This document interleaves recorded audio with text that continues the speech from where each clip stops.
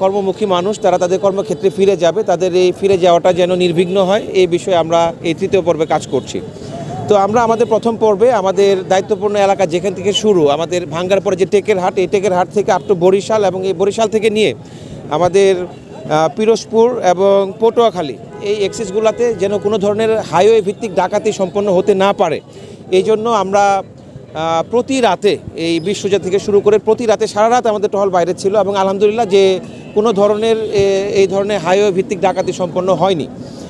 এছাড়াও ঈদকে কেন্দ্র করে আমরা ঈদের বড় বড় যে জামাতগুলো আছে এই জামাতগুলোতে আমাদের উপস্থিতির মাধ্যমে এবং আমাদের গোয়েন্দা তৎপরতার মাধ্যমে আমরা নিরাপত্তা ব্যবস্থাকে নিশ্চিত করেছি এবং এটা আমাদের ফাইনাল পর্ব যে এই পর্বে আমাদের এই কর্মমুখী মানুষ তারা যেন নিরাপদে তাদের কর্মক্ষেত্রে ফিরে যেতে পারে।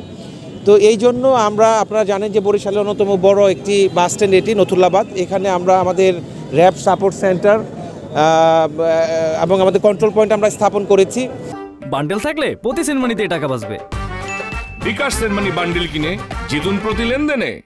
তো এখান থেকে বেসিক্যালি আমরা আমাদের উপস্থিতির মাধ্যমে এই বাসগুলো তারা যেন হাইওয়ের উপরে কোনো ধরনের ট্রাফিক জ্যাম করতে না পারে, যাত্রীদেরকে তারা যেন বাস স্ট্যান্ড এলাকার ভিতর থেকেই যাত্রী ফিল আপ করে তারা যেন বের হয়ে যায়, খামোখা যেন একটা ট্রাফিক জ্যামের সৃষ্টি না হয় এই বিষয়ে আমরা কাজ করছি। এবং এই বাস স্ট্যান্ড এলাকায় যেন কোনো ধরনের অজ্ঞান পার্টি, মলম পার্টি তারা যেন কোনো ধরনের তৎপরতা চালাতে না পারে এই বিষয়ে আমরা তৎপর রয়েছি। পাশাপাশি এখানকার যাত্রী সমূহ বা যেসব চালক যারা আছে তারা যেন নির্বিঘ্নে এই যাত্রীদেরকে নিয়ে যায়, এই জন্য আমরা তাদেরকে 30 সেকেন্ড হলেও 1 মিনিট হলেও আমরা তাদেরকে প্রেরণা দিয়ে দিচ্ছি, তাদের মধ্যে সেই দায়িত্ববোধটাকে জাগ্রত করার চেষ্টা করছি যে অনেকগুলো জীবন তার পেছনে বসে যাচ্ছে, তো সেই পরিমাণ রেসপন্সিবিলিটি নিয়ে যেন তারা যায় এই বিষয়টাকেও আমরা তাদেরকে 1 মিনিটের মধ্যে তাদেরকে ব্রিফিং দিয়ে দিচ্ছি। পাশাপাশি তারা যেন ড্রাউজি ফিল না করে, ঘুম ঘুম চোখে যেন গাড়ি না চালায়। আমরা বলেছি যে আমাদের কাছে চকলেট আছে, চুইংগাম আছে, এগুলো নিয়ে যেন আমরা পানির বোতল তাদেরকে দিয়ে দিচ্ছি, যেন তারা নিরাপদে আমাদের এই কর্মমুখী মানুষদেরকে তাদেরকে যেন কর্মক্ষেত্রে নিয়ে যায়। তো আমাদের এই কাজে আমরা ট্রাফিক পুলিশ যারা আছে তাদের কাছ থেকে আমরা সম্পূর্ণ সহায়তা পাচ্ছি। আমরা ধন্যবাদ জানাচ্ছি জেলা পুলিশকে, এখানকার রেঞ্জ পুলিশকে এবং মেট্রোপলিটনে যারা আছে তাদেরকে, পাশাপাশি এই এলাকায় সেনাবাহিনীর যে ইউনিটগুলো নিয়োজিত আছে তাদেরকেও আমরা ধন্যবাদ জানাচ্ছি। আমি মনে করি যে আমাদের সকলের সমন্বিত প্রচেষ্টার মাধ্যমে আমরা আমাদের এই যে ঈদ ফেরত মানুষদের নিরাপদে চলে যাওয়া এই অংশটুকু আমরা সঠিকভাবে সম্পন্ন করতে পারবো। অতিরিক্ত ভাড়ার বিষয়ে আমরা আমাদের এখানে ভোক্তা অধিকার যারা আছে তাদের সাথে আমাদের কন্টিনিউ যোগাযোগ আছে।